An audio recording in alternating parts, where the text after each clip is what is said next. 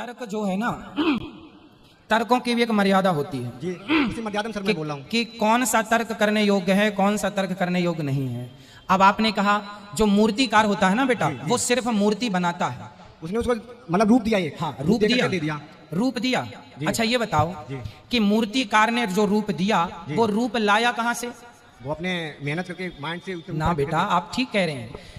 हर पत्थर में एक मूर्ति छिपी हुई है। मूर्तिकार ने पत्थर का केवल बाहरी आवरण हटाया, मूर्ति बाहर से लाके पत्थर में डाला नहीं। मूर्ति तो ऑलरेडी पत्थर में थी, बाहरी आवरण हटा दिया तो मूर्ति प्रकट हो गई। और पत्थर की मूर्ति मूर्तिकार तो बनाता है, पर तब तक वो भगवान नहीं होती।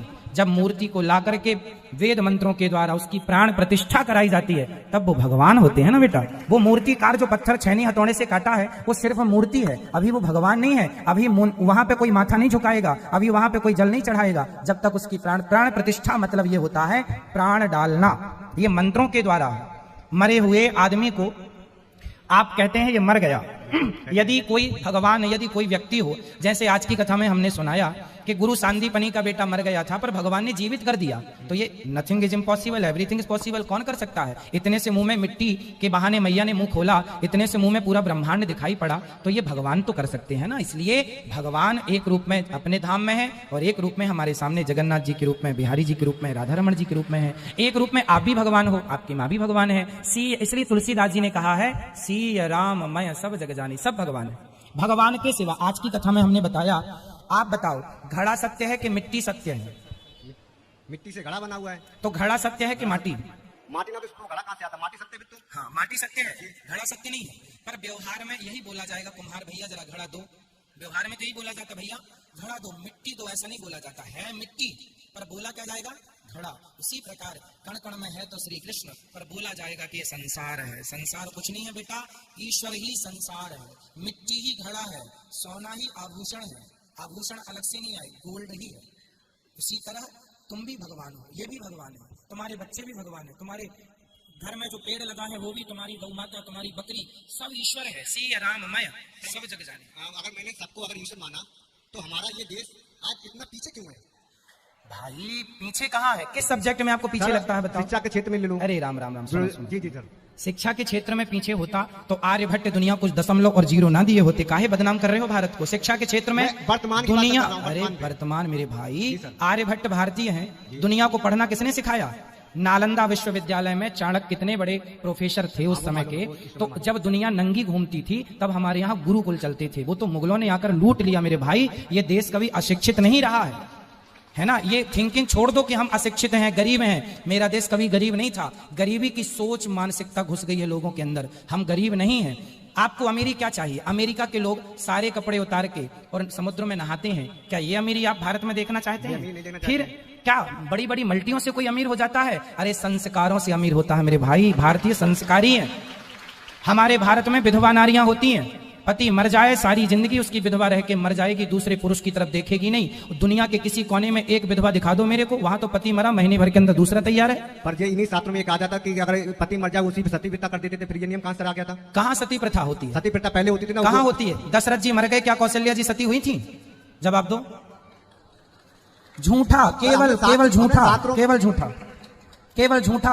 आप जैसे युवाओं को राजा राममोहन राय ने सती प्रथा को अंत किया था, ये तो सभी जानते हैं ना। चलो मैं आपसे सवाल करता हूँ, रामायण आप जानते हो, दशरथ जी मर गए तो मरने के बाद कौशल्या जी विधवा हो गई। यदि सती प्रथा थी तो कौशल्या जी सती क्यों नहीं हुई? मेरा सवाल आपसे।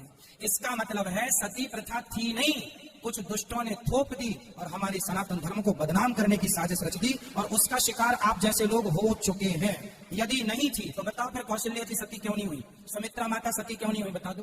तो सर ये किताबों में जो दे रखा था वो तो सब गलत है। तो भाई किताबों, आज की किताबों की बात नहीं करता मैं, तो रामायण, गीता, महाभारत, इन बातों, इनमें यदि लिखा हो सती प्रथा का तो मुझे बताओ। इनमें कहीं आपको मिले तो मैं मान लूं आपकी बात।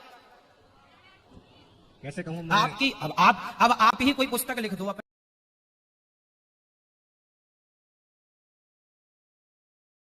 अरे शिव देवता था का, उसका घर कहाँ था? तो मानसरोवर में था।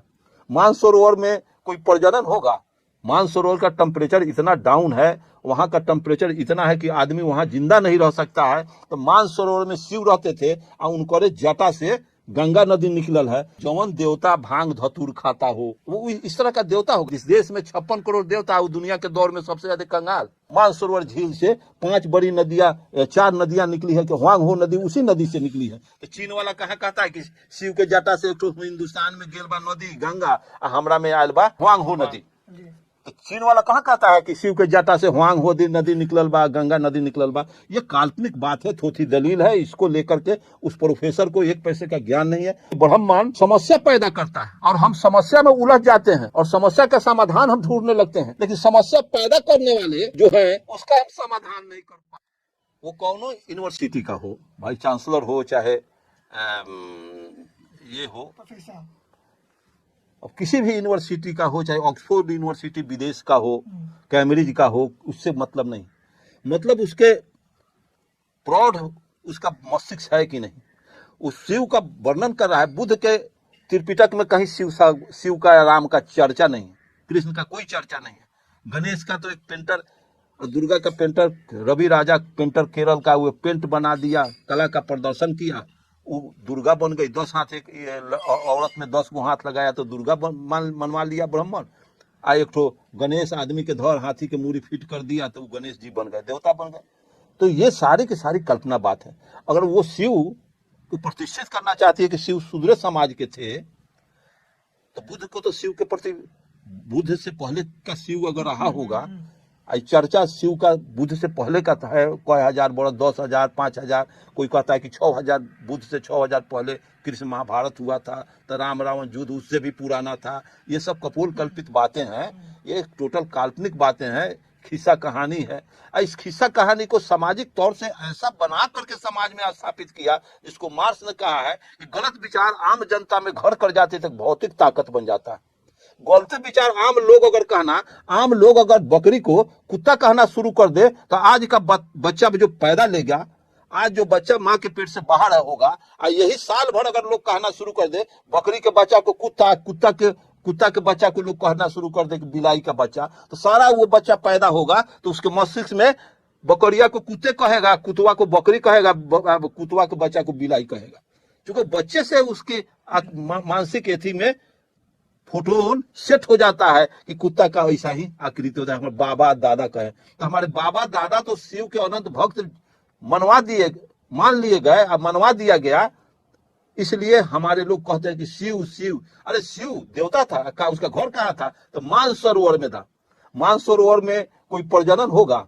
मानसरोवर का टेम्परेचर इतना डाउन है, वहां का टेम्परेचर इतना है कि आदमी वहां जिंदा नहीं रह सकता है। तो मानसरोवर में शिव रहते थे और उनके जटा से गंगा नदी निकलल है।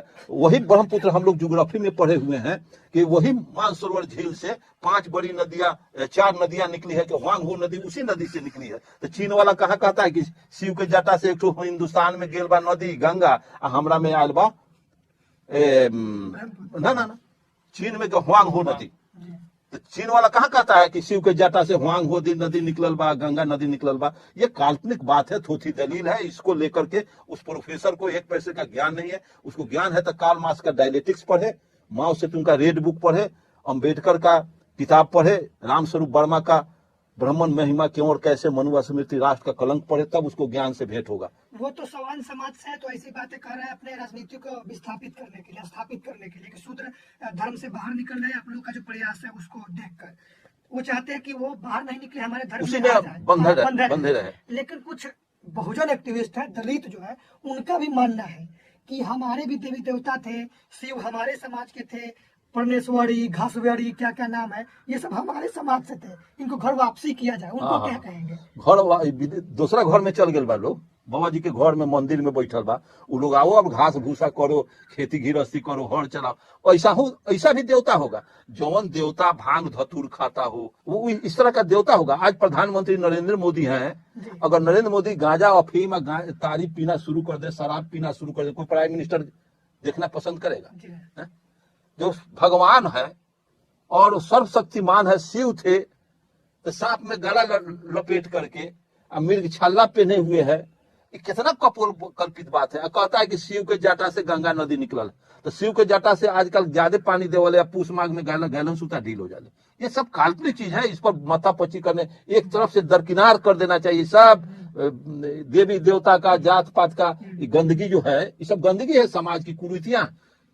चीन में ये कुरीति नहीं, जापान में, अमेरिका में ये कुरीति नहीं। इतना देवी देवता का आडंबर, जात पात का आडंबर, चूंकि ब्राह्मण समस्या पैदा करता है और हम समस्या में उलझ जाते हैं और समस्या का समाधान हम ढूंढने लगते हैं, लेकिन समस्या पैदा करने वाले जो हैं उसका हम समाधान नहीं कर पाते हैं। और यही लोग देवी देवता को भी यही ब्राह्मण समस्या पैदा करता है। और सर चोर हम लोग नहीं पकड़ रहे हैं, हमारे समाज का नेता, पढ़ा लिखा आदमी चोर नहीं पकड़ रहा है।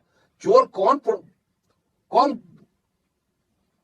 समाज में कुव्यवस्था फैलाएगी, तो हम फैला हुआ कुव्यवस्था को हम के तरफ दौड़ जाते हैं। लेकिन ये लीक कहां कर रहा है, हम हवे साइकिल में कसे जा रहे हैं, लेकिन चेक नहीं कर रहे कि पंक्चर काहे हो जा रहा है, हवा निकल कहां से रहा है, ट्यूब में पंक्चर है कि भालपीन में गड़बड़ी है, ये हम नहीं देख रहे हैं। सिर्फ हम हवा कसे जा रहे हैं। तो हवा कसोगे 2 किलोमीटर के बाद फिर पंक्चर होगा, फिर वहां हवा कसते रहो। हमको तो उसके एथी को देखना होगा बारीकी से। तो भारतवर्ष में सिर्फ इन ब्राह्मणों के, आर्यों के द्वारा समस्या पैदा किया जाता है और यहाँ के शूद्र बैकवर्ड समस्या में उलझ जाते हैं, लेकिन ये नहीं कहते हैं कि समस्या पैदा क्यों करने वाला कौन है, उससे निपटा जाए। छोड़ दो समस्या पैदा करने वाला का निदान करो, उसकी दवा करो। ये बाबा साहब के अनुयायी हैं ये लोग। बाबा साहब ने साफ साफ तौर पर 22 प्रतिज्ञा में कहा कि मैं गौरी, गणेश, गणपति को देवता मानता ही नहीं हूँ, फिर भी ये लोग उसमें थेथोलॉजी कर रहे हैं। हाँ, तो डॉक्टर अम्बेडकर इलिटरेट थे, इसलिए ना, ये पढ़े लिखे लोग हैं, विद्वान है। अम्बेडकर इनको तो बाद में जन्म हुआ है, इसीलिए ना ये दूसरा आरएसएस का ये संविधान बना रहे हैं। डॉक्टर अम्बेडकर अनपढ़ थे, अज्ञानी, मूर्ख थे, इसलिए उनके संविधान में कोई दम नहीं है, कोई उनके संविधान में कोई खास जान पड़ान नहीं है, इसलिए उनके संविधान को हटा रहा है और वो अपना संविधान पढ़े लिखे है ना। और शूद्र में सबसे बड़ा दोषी यहाँ के राजनेता लोग हैं। हम नाम के किसका लें, जितने अभी भारतवर्ष में जो शूद्र समाज के स्टेट स्तर के नेता है, नेशनल स्तर के कोई नेता नहीं है। नाम कहेंगे तो वो सुनेगा तो कहेगा कि बाप रे बाप ही हम कर रहे हैं, एडवर्टाइजमेंट कर रहे हैं। वो नालायक लोग ऐसी व्यवस्था कर दिया है, परशुराम के मंदिर हम बनवाई बाटी तो हम 150 फीट के, तो 200 फीट के बना। ये सब अम्बेडकर यही सपना दिखाए थे तुमको। अम्बेडकर यही सपना, बुद्ध यही सपना, परियार यही सपना दिखाए थे।